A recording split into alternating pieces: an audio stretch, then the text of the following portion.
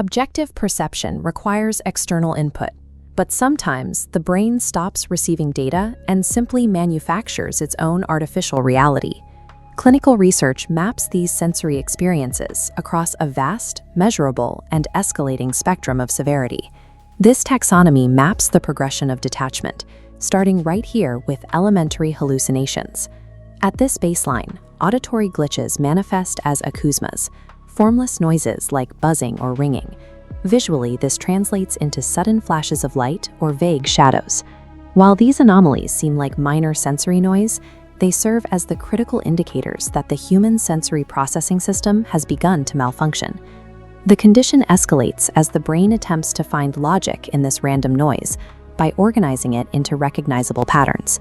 Persistent ringing sharpens into partially organized sounds, where the subject might hear the distinct rhythm of distant footsteps or muffled conversations through a wall. Eventually, these reach a completely organized stage.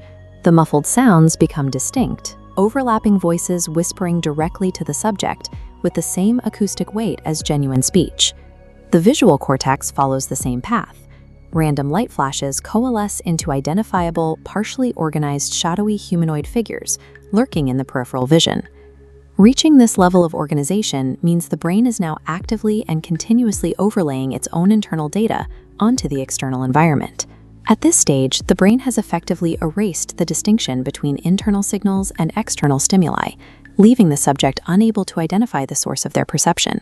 At the furthest point of the taxonomy lies the scenic hallucination, where the brain constructs entirely immersive, highly detailed alternative realities. Within this scenic category, patients experience severe scale distortions, categorized as Lilliputian or Gulliverian hallucinations.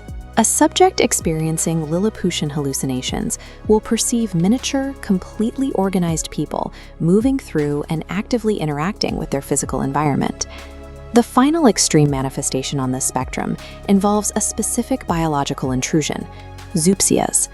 Patients witness highly detailed insects or serpents physically materializing and moving through their immediate personal surroundings, often as vivid, high-fidelity visions. During a scenic episode, the brain is no longer misinterpreting the world. It has replaced it with a meticulously fabricated parallel reality. The progression of these symptoms is driven by specific biological and chemical engines that force the brain to manufacture these inescapable environments. Doctors identify three distinct clinical drivers: schizophrenia, severe physiological organic syndromes, and hallucinogen intoxications. Schizophrenia and organic diseases disrupt the brain's internal processing systems, resulting in the steady escalation of auditory and visual glitches. In contrast, chemical intoxications can force a systemic overload that pushes the brain immediately toward the extreme scenic end of the spectrum. By categorizing the complexity of a hallucination, from simple Acusmas to vivid Zoopsias, clinicians can reverse engineer the symptom to diagnose the exact type of brain disruption. Because the brain can simulate these complexities with such precision, the specific nature of a hallucination reveals the exact mechanism of its own internal failure.